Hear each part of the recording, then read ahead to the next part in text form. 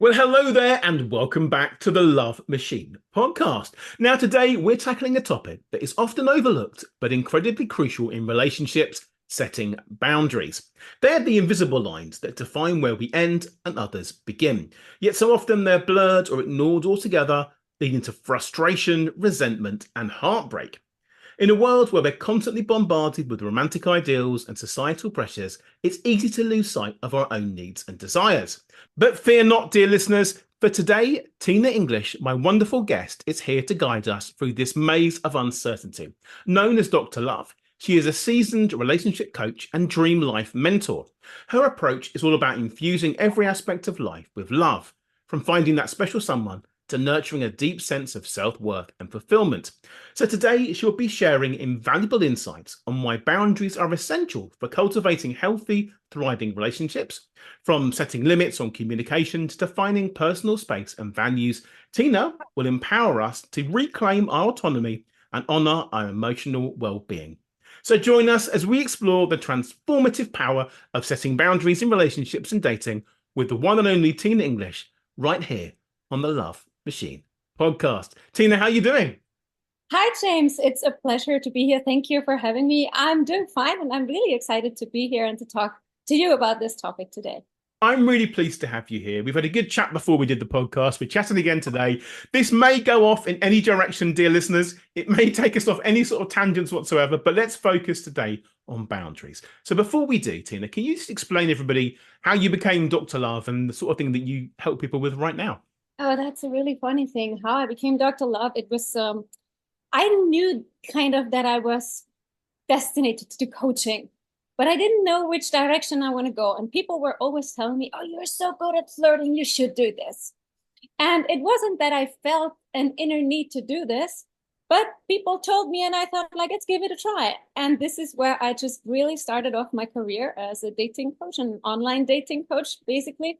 I got to write a column for Love AT, which was the biggest dating platform by then. I wrote books. I'm the single coach still for the biggest single hotel in Austria. And this is what started my career really off. And then it was all like an emerging and opening up for more things because, after single, you are in a relationship and you need some advice for that. So I was like, okay, then let's do that too. And at some point, I just saw the need that for people being in a relationship and they're not happy with themselves, they bring this unhappiness into the relationship. And then I thought, like, okay, maybe you should do something on self-love and people who are happy with themselves. And then I found myself being a dream life mentor because if you're not having or creating your own dream life, how are you going to make it happen with your partner? So, yeah, that's a brief story of how my career started and where I landed. Amazing. Well, I'm so pleased to have you here today to talk about the boundary situation because it's a common topic that comes up with my own clients. People don't know the right point to set boundaries or how strict they should be on them or what to do right from the very start when they're doing the first initial conversations, or maybe they're in a 10-year relationship and they wish they set boundaries earlier. So, to you, what is a boundary and at what point could that be a problem? I think, well, a boundary is listening to your own heart, your own needs, and communicating this. So, not accepting a behavior that basically for you is unacceptable or doesn't Yeah. feel good on you. Mhm. And for me personally, it starts right at the first date. I think that many people, they are afraid of being alone. And for this reason, they don't say no.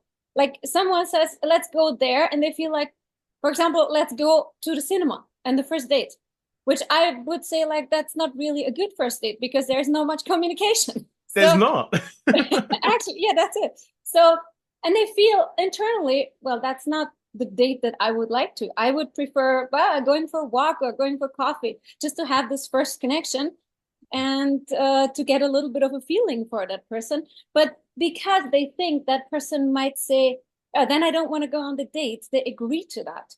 And this is for me where the boundary thing starts at the really first moment, at the first date, and at the fear of being alone, because I think this is what is the basis for not being able to say no, that you don't want to lose your partner, you don't want any misunderstanding, any bad emotions in these relationships, and this is why you don't say no.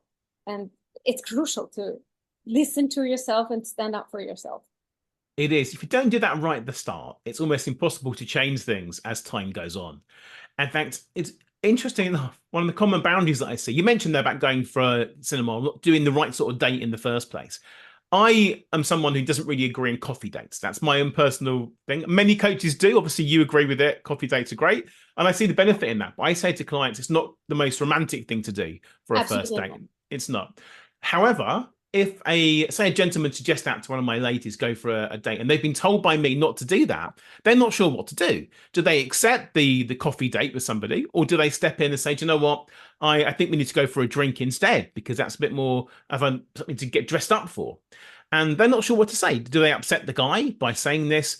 And I think getting your intentions known early on is the important thing to do, because before you even know anybody, then you're both learning about each other. You're learning what's acceptable, and you're both in a good mood. You're not trying to upset each other, and you both can be formed, and you can form these decisions yourself. So do you think it's a good idea to stand up and say something, or just go with the flow? Well, I have always said to my clients, if you don't agree with what is proposed to you, you can make a counter proposition. And I said to my clients, tell them they should give you 3 options and you choose one of the 3 options. So I love that, because it makes the other person a little bit more creative, and it gives you a little bit more room to also credit what they come up with. Yes. And this is something that I really I like it for myself as well. So if I don't know what to choose and someone gives me 3 options, the options are already limited and I only have to pick one of 3 and not one of a million. I love the term you use there, counter offer. That's great. That's not an argument. That's not dismissing it. It's countering it. And that's a great, well, that's how it should be, isn't it? You are both bargaining for what you want and making your point known overall. That's a wonderful thing. What would be the best first date for you then? For me personally, well, it depends on how I get to know that person, to be honest. I mean, for an online dating thing, I would rather agree to something fast and quick, because it can be painful. To be honest, yeah. Sorry, if they lie with the pictures, for example, then it's like, okay. And you get stuck there. Like for a romantic date, that's for me, it's not the to-go thing. So coffee is fine, or a walk is fine, or even just meet for 20 minutes to have the first impression of that person. If I meet that person like in real life, that is completely different. I don't necessarily need a romantic setup, but if I meet that person in real life, I also wouldn't necessarily go for the coffee. I would just do something a little bit more adventurous that is not a little bit away from the normal. Just because if you make a statement about not being just normal, you create a space in the first place that is special, which makes you a little bit more special. And I think if we have that opportunity, just use that. I agree. We are all special in our own unique ways. Yes. So we need to realize that, realize our own worth, and realize that we are lucky to go on the date, but they're lucky to spend time with us as well. Remember that. And it's not just about, oh, put something on a pedestal, I'm going to go along with this. We're all special. I think state what you want, be very, very clear on this. And one of the biggest rules I have with all my clients is they're not allowed to settle. Settling is one of the biggest mistakes people can make. If you settle with somebody you're not happy with, or if you settle to go on a poor quality date, or just to see someone again you're not really sure about, it's not going to end in happiness, is it? It's going to be discomfort and cause you pain and problems. So let's go back to boundaries again, though, because how does somebody identify their own boundaries? Maybe they're quite new to dating or haven't dated for a while. How do you learn what your boundaries might be? Well, it's not what other people tell you to be. This is the most important thing. So if other people tell you you shouldn't do this and it feels completely right for you, do it. But it's something that arises from inside when your stomach like cramps, or you just don't feel that this feels right for you, that you want to do this. If you feel like you're not open to do this, then just say, I'm not sure about it, because I think that's a nicer way to say no. Or I'm not ready for that. Also, when you start dating, I'm not ready for that is a good thing, because you might not know if like in 2 months from now you are ready for this. But at this point, you don't have the confidence or the trust in that person. that you want to take that step, and that is whatever level you're in dating. So just find a nice way and communicate that you are not feeling this in this moment, and opt for something else. Definitely agree. Even things like holding someone's hand on a first or second date, for example, or going for a kiss. If you're not ready for it, just say, look, I'm really enjoying getting to know you, but I'm not quite ready for that yet. Let them know, because the right person will wait, the right person will understand. And they think, okay, not ready yet, not quite ready. That does imply at some point in the future, you will be ready for this. And that's quite a positive thing. Exactly. I agree 100%. Yeah. Positivity is a very, very big thing for me when it comes to dating. I think it's hard to be positive if you are questioning yourself or you are self-sabotaging, which is a common topic as well. And do you see that quite a lot, self-sabotage? I think it's everywhere. It's we have been grown up, or most of us, in a society or in a society where you're always pointed out for your mistakes and not what's good about you. So, and when you date someone new, you in your head carry your mistakes more than your positive sides. And I think that makes people very insecure. And that's one of the reasons why it's so difficult to say no, because you just want to be loved, or the person just wants to be loved. We all want to be loved at some point. And the fear of not getting this agreement, this love from the other person, it just makes us really being kind of almost shy for really expressing the real us. But the problem is, if you're in a relationships under the wrong circumstances, let's call it like this, because if you are not authentic in the first place, at some point of the relationship, you need to be, because you cannot have that image of yourself for your whole life and live with the person still having that image. So at some point, you're going to be you. And then the other person's going to say, you haven't been like this in the beginning. And then you're really trapped. Because how do you explain that? Well, this comes down to the other big topic that often comes up in my podcast, which is about self-love, doesn't it? If it's being authentic and being true to yourself. So what advice would you give someone in that situation? I'm always for 100% authenticity. I always go for that. And if someone doesn't like you because you're you, then they will not like you, no matter how many times you try not to be you, because at some point you're going to be you anyway. And you need to be you, because this is your most brilliant way of being. So I rather say let go of that person and find the one that loves you for who you are. Yeah, I agree with you completely there. It's interesting. I've got a client at the moment in quite a strange situation here. And I'll tell you about this. I'd like to hear your opinion, because he was dating a lovely girl. They're getting on really, really well. Things have gone very, very intense. They've been dating about 3 months. They're officially a couple, but she still likes to have her ex-boyfriends coming around, staying with her in her bed as a completely platonic thing. And he's not very happy with that. He's thinking, well, why do you need your ex-boyfriend to come around? Even the situation when they're both sitting around watching TV and the boyfriend's there. So, and her argument for this is, well, it's her life.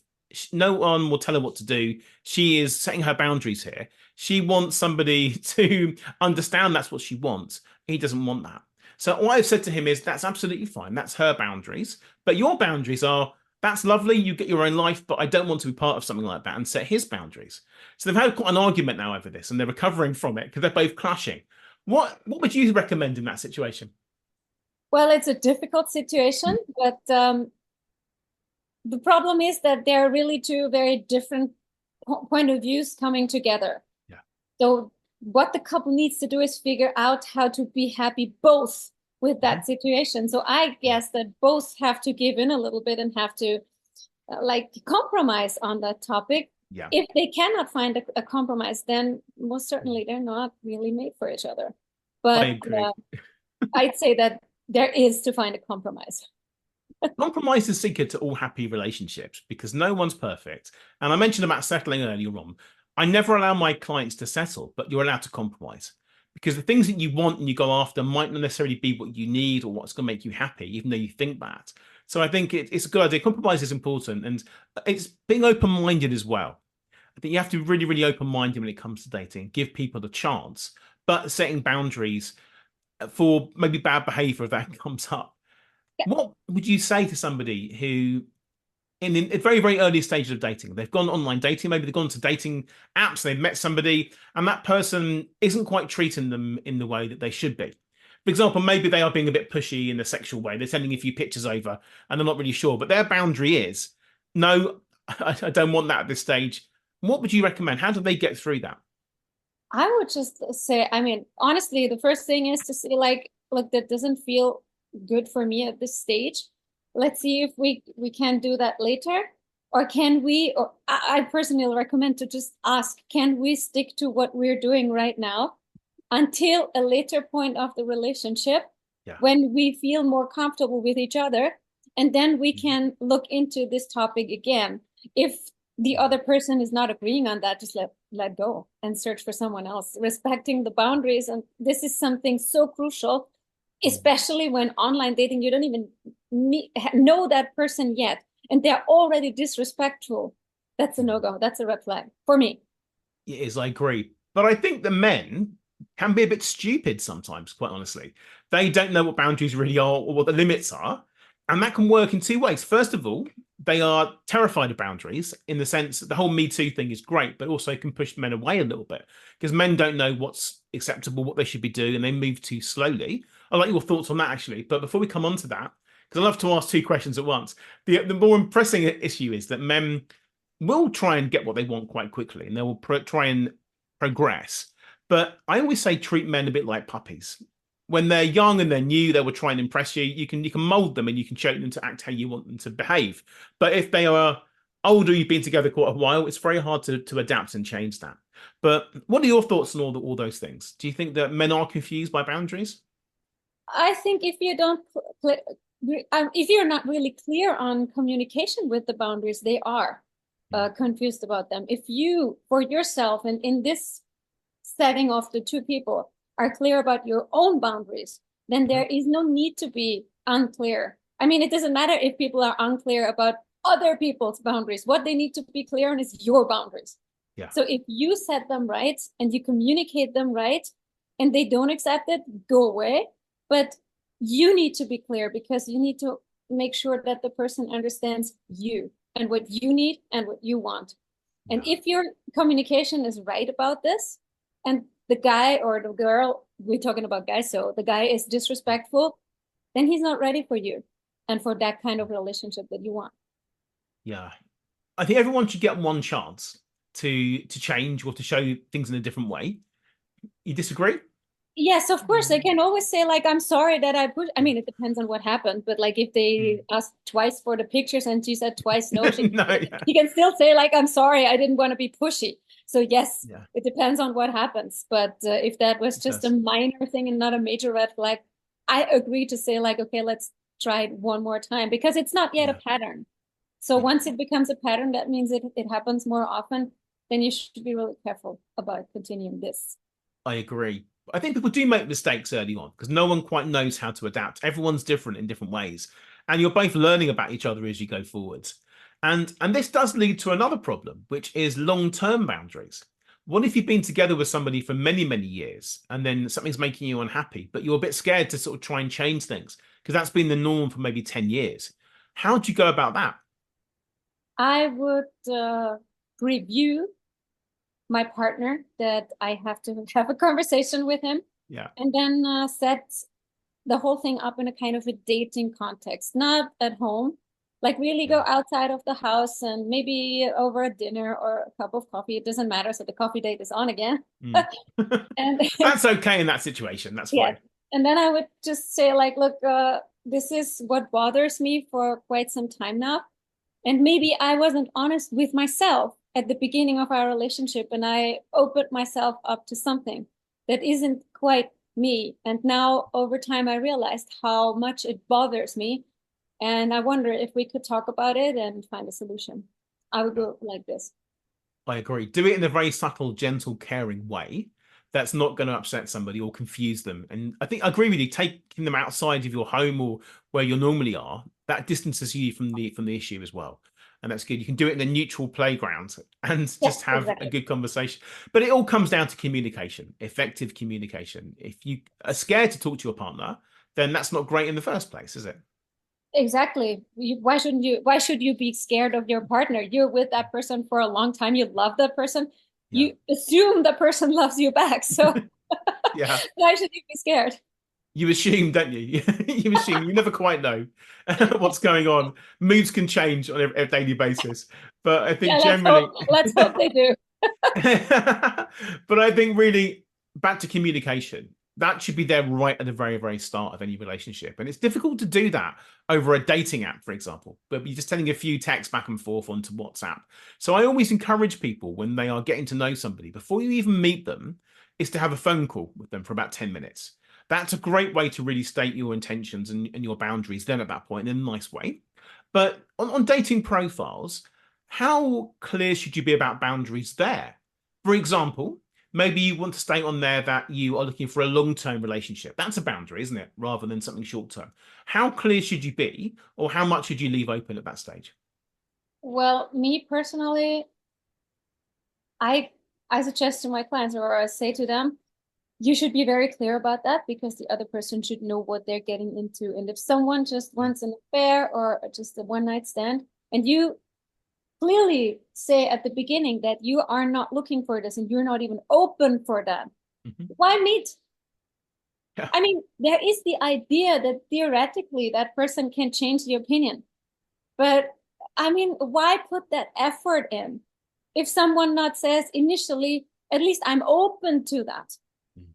So, I mean, if I meet that person in real life and I madly fall in love with the person, okay, that may be changing the whole thing. And you can try to a certain amount. I mean, like set yourself a time. How long do you want to give this a chance to Mhm. change? And then you need to be really like, you need to stop when the time is reached. But I personally, I'm always like, be completely open with what you want and what you need in the first place, and don't waste your time on the wrong one. I agree. State your intention. Yeah, Life is too short to hang out with the wrong people. Unless you are completely new to dating and need a bit of practice to get back in the swing of things, that's absolutely fine. But if your serious intention is to go and meet somebody long term, don't spend time with the wrong people because there's someone out there for everybody. And I'm sure there's someone lovely out for those particular people, but it's not for you. And that itself is being clear and that is setting your own boundaries to yourself. I think a lot of boundaries are boundaries we set to ourselves rather than necessarily we're going to express them to somebody else. And that comes into what you're going to accept, what you're looking for, and how flexible you might be. But I think flexibility and compromise are important. For example, one of your boundaries might be that you might say, well, I'm only going to date someone within 20 miles of where I live. That to me is an important boundary, and I'm not going to go beyond that. But you may find you meet somebody randomly who lives 50 miles away, and it could work, couldn't it? of course, of course. Like Yeah. their boundaries, they're a little bit more flexible, Yeah. and their boundaries, they shouldn't be flexible. So if you don't feel good with something that happens in this relationship, let's say relationship or dating context, Yeah. then you should just cut it off. If it's Yeah. just something like a distance, or like he's not like 5 centimeters less tall than you Mm. would like him to be, Yeah. that's not really that important of a boundary. When I It's say, not. I think there's one thing that is really important also in the dating context, and I think it has to do also with boundaries. A lot of people don't even know what they want. They Yeah. just know what they don't want. And I Hmm. always say it's like going to Starbucks and say, I don't want coconut milk. And that's all you say. So like, Yeah. okay, but what do you want? And this is like how they go out in life. They say like, I don't want this one thing, but then it's a million other things that let's say the universe can give to you. And then you meet this guy and that has not, this guy or this girl doesn't have the one thing, but it has 10 other things to discover you don't like. So Yeah. figure out what you want first, communicate that in a loving and an open way, and then you're ready to go. Completely agree with you. You made me laugh there because quite recently I went to go and get a drink from a coffee shop and I knew I didn't want any caffeine. I didn't want any milk in it. I wanted something cold. I was doing what you were saying pretty much. Saying, well, what can you do me that hasn't got that? I couldn't read on there. I didn't want something that was calorific. I was going for things I didn't want. And you know what? They found me a lovely drink and it was lovely. But really, Amazing, but it that's took them longer. yes, yeah. But I think that is a terrible way to date, isn't it? And people often do that. They say to me, James, I've gone on this date, and these are the reasons why I don't want to date somebody. This could go wrong. I might get my heart broken. I might fall out of love. I might get something bad happen to me. And I say, look for reasons why something might work rather than why things won't work. That's the best thing to do, because then you're open-minded. You're going into this with completely open, clear picture where anything can happen. And taking a little risk is the only way to get anywhere in life. Yeah, and having no expectation, especially when you go to the first date. It's you meeting someone completely new, and you discover that like a child discovers a playground. Just discover this person as completely new. Don't come with whatever is in your mind about what happened before in your life.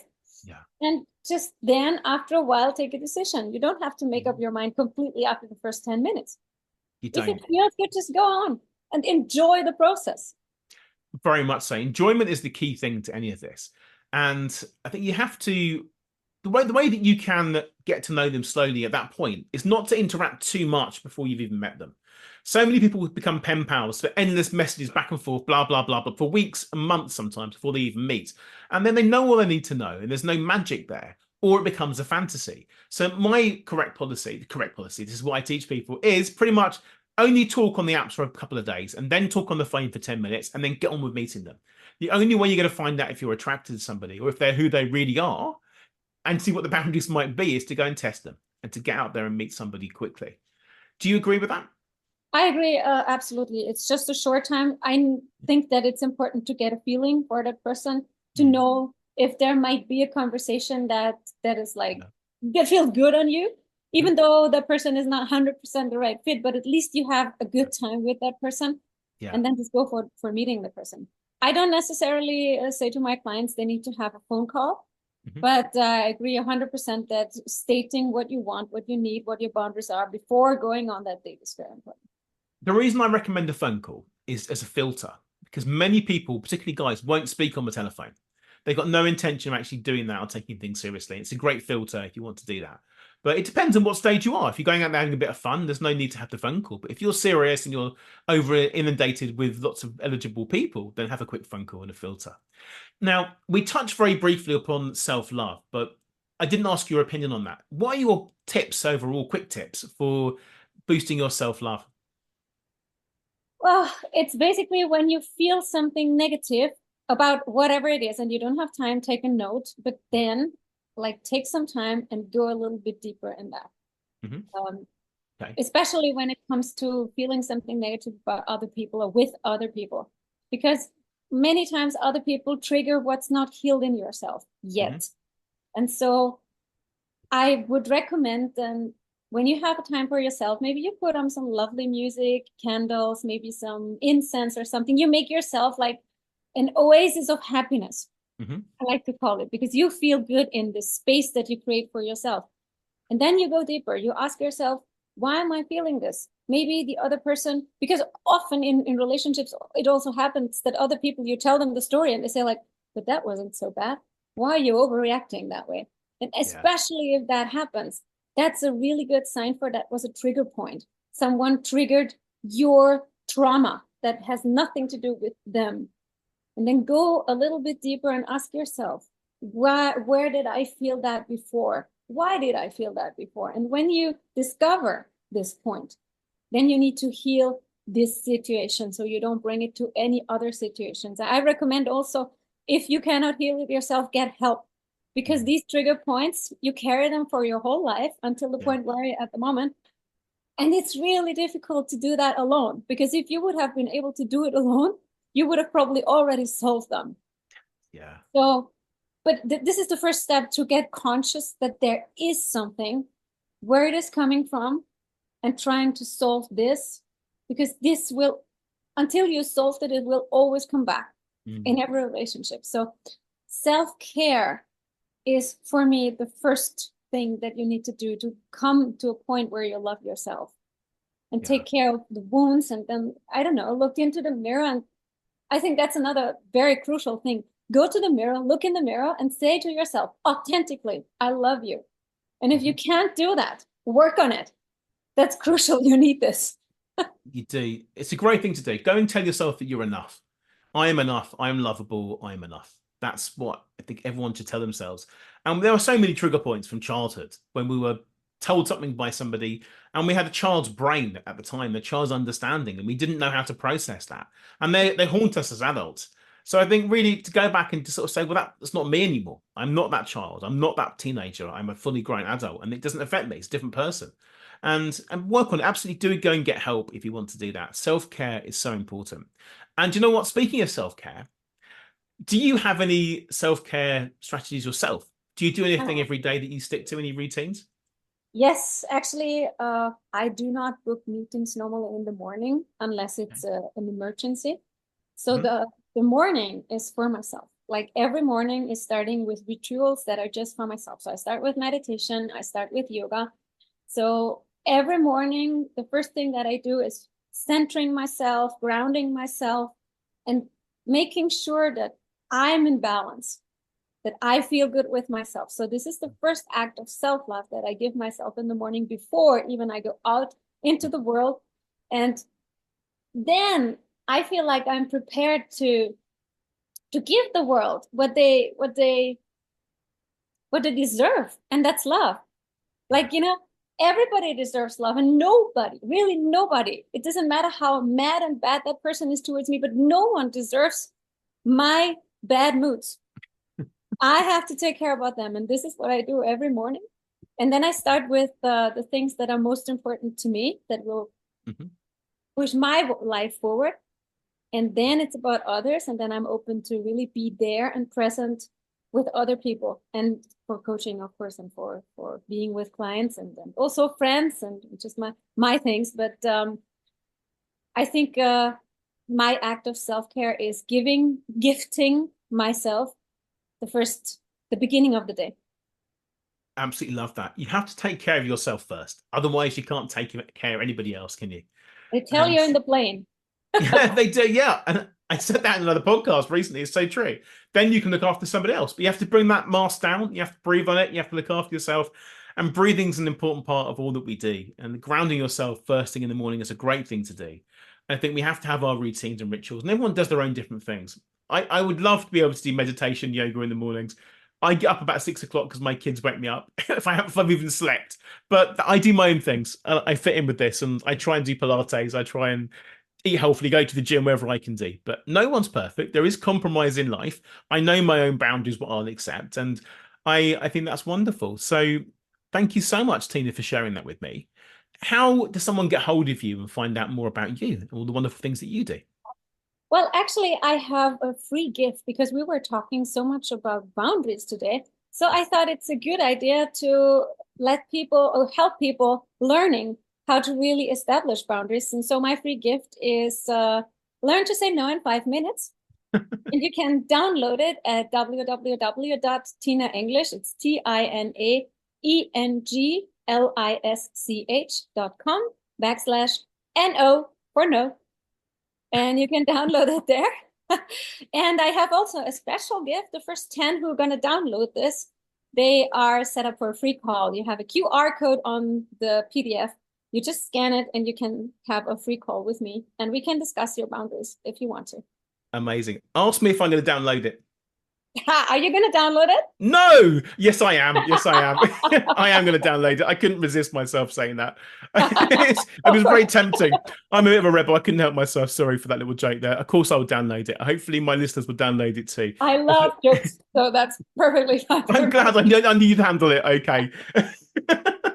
I think humor is the important part of saying no as well. It's not always about being serious, and I'm sure humor is an important part to you as well. So that's amazing. Like, this is a great way to say no if you're just pack it in a little joke. So yes, great. That's what I do. I think that's my own style of coaching, just finding the humor in everything. And that's why we had such a lovely chat today. So thank you so much, Tina, for that. I really, really enjoyed it. I wish you all the best. I know we'll talk again soon, but thank you for joining me. Have a great rest of the day. Amazing. Thank you for having me. Thank you so much for listening.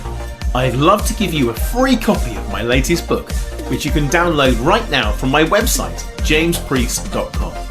If you enjoyed this podcast, I'd really appreciate it if you could share the love by taking a few seconds to write a positive review on the iTunes store right now. See you next time.